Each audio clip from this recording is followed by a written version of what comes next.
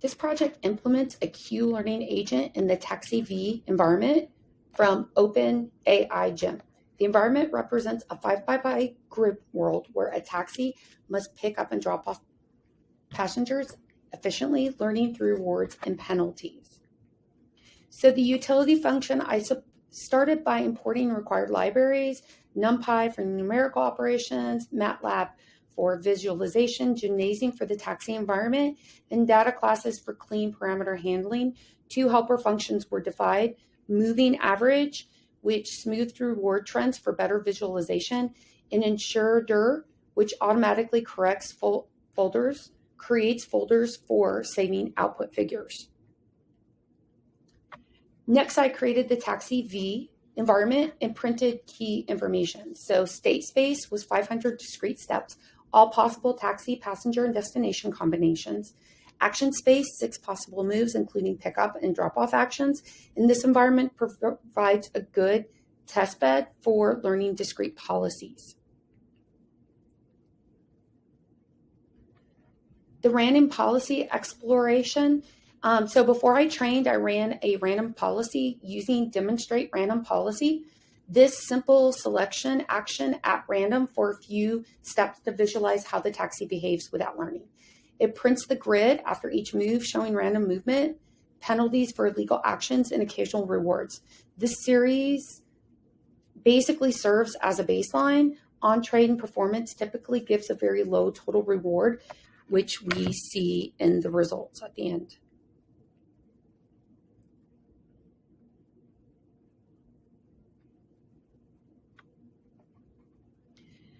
I created the Q parameter data class to store hyperparameters such as the alpha, learning rate, gamma, discount factor, epsilon, exploration rate, the epsilon min, and epsilon decay, which controls exploration decay, and the episodes and max steps that define training length.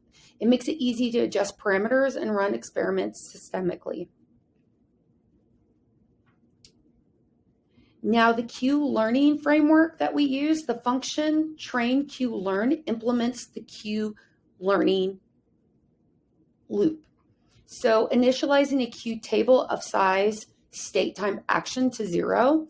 For each episode, we reset the environment. We choose actions using an epsilon greedy policy via the choose action. We update Q values with the formula that I'll talk about when we get to the actual presentation. And gradually the decay epsilon, we gradually decay it to shift from exploration to exploitation. The algorithm tracks total reward steps and success rates across each episode.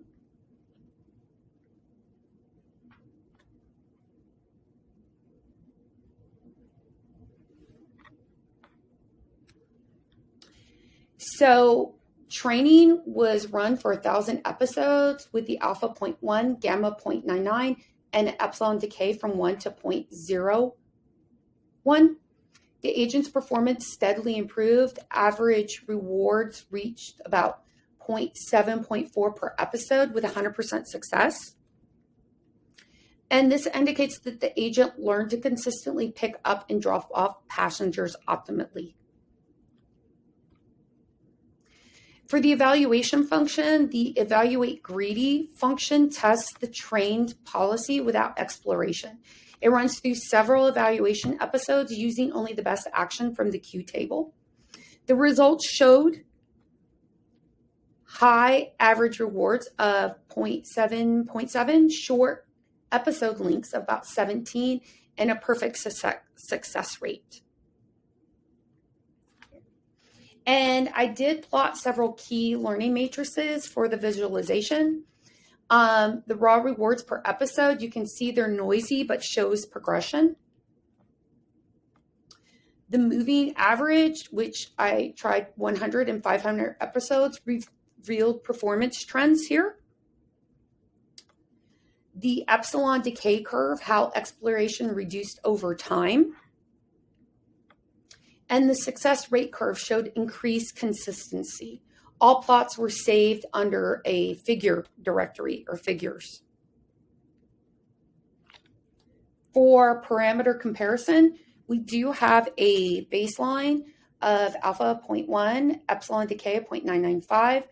Slower exploration decay went to 0.99.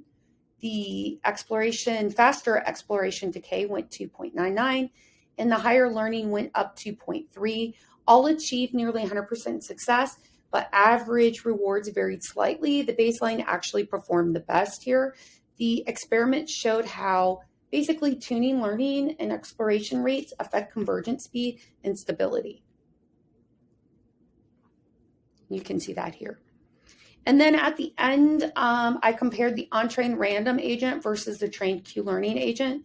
Random agent average rewards was somewhere around -200, and success was only 1%, where you saw the average reward for trained was about 8, and the success rate of about 98 to 100%. So this really does show that reinforced learning enables optimal decision-making through experimentation. So that basically shows my program.